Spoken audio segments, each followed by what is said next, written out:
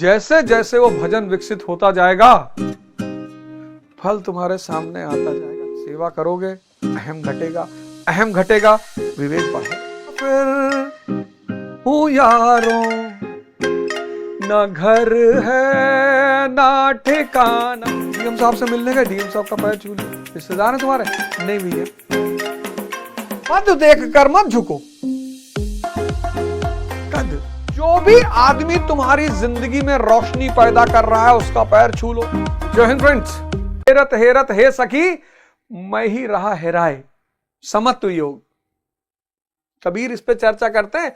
हेरत हेरत हे सखी आपको और इष्ट को एक ही कर देता, दोनों में कोई अंतर ही नहीं बचता। समत्व योग, निष्काम कर्म, बस भजन चल रहा है, भजन करते हुए खाना बना रहे हैं। सुखीराम महाराज का बनाया हुआ कुछ भी आदमी खा ले, मतलब मैं रात में भोजन नहीं करता, लेकिन जब मैं आश्रम पहुंचता हूं तो सुखीराम महाराज कुछ भी लेकर आते हैं, उसमें इतना भाव होता है। उस भाव की वजह से भजन में बनाए हैं ना, उन्होंने बनाने के लिए नहीं बनाया है। भजन ये निष्काम कर्म। खाना बना रहे हो सुमिरन चले, भजन चले। पढ़ रहे हो भजन चले। क्रिकेट खेल रहे हो भजन चले। वॉक कर रहे हो भजन चले। इसलिए इसको निष्काम कर्म, भजन यानी कर्म।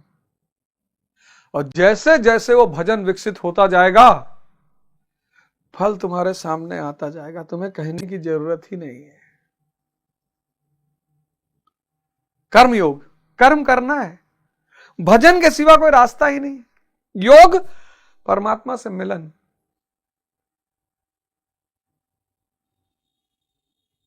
और या यूं कहें कि परमात्मा ही हो गए।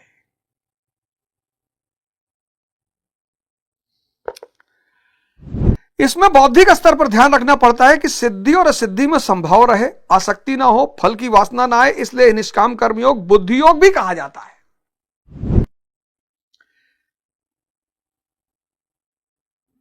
विवेक वही लाइट बनेगा। जितना सेवा करोगे उतना विवेक पैदा होगा। तभी तो मैं तुमसे कह रहा था मां बाप का चरण छुओ। इस देश में एक बहुत बड़ी विधा डेवलप हुई थी, पैर छूना, बाद में कुप्रथा बन गई। आज तो लोग ऐसा पैर छूते हैं किसी का भी। डीएम साहब से मिलने गए, डीएम साहब का पैर छू लिया। रिश्तेदार है तुम्हारे? नहीं भैया। विधायक जी मिल गए, विधायक जी का पैर छू लिया। अरे प्रणाम कर लो यार, नमस्कार कर लो, उसमें भी उतना ही प्रेम है। झुकने का मतलब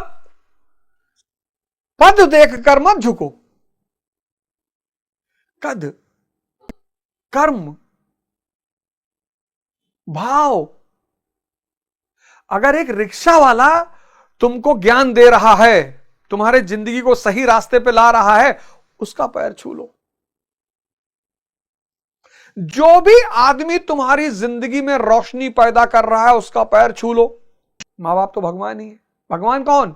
जो बिना किसी हित के आपका ध्यान रखे, वो भगवान। उसमें से मां बाप भी आते हैं।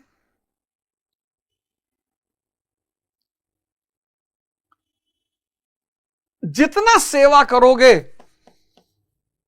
उतना विवेक बढ़ता जाएगा। इसलिए जिसको भी दिक्कत हो रही है वो किसी ना किसी आश्रम से जुड़ जाएं, और कोई रास्ता है नहीं।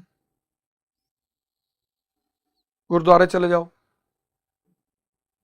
आश्रम नहीं जा पा रहे हो, अपने अपने मोहल्ले के गुरुद्वारे में चले जाओ, झाड़ू लगाओ, पोछा लगाओ, लोगों को पानी पिलाओ, खाना खिलाओ।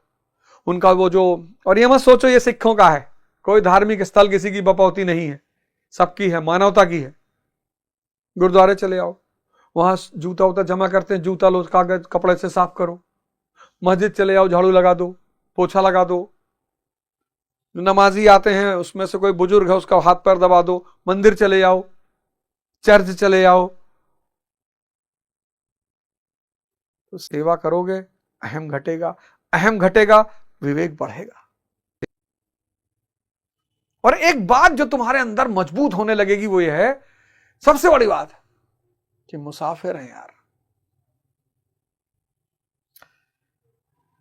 मुसाफिर हूं यारों, न घर है ना ठिकाना, हमें चलते जाना है, हाँ चलते जाना।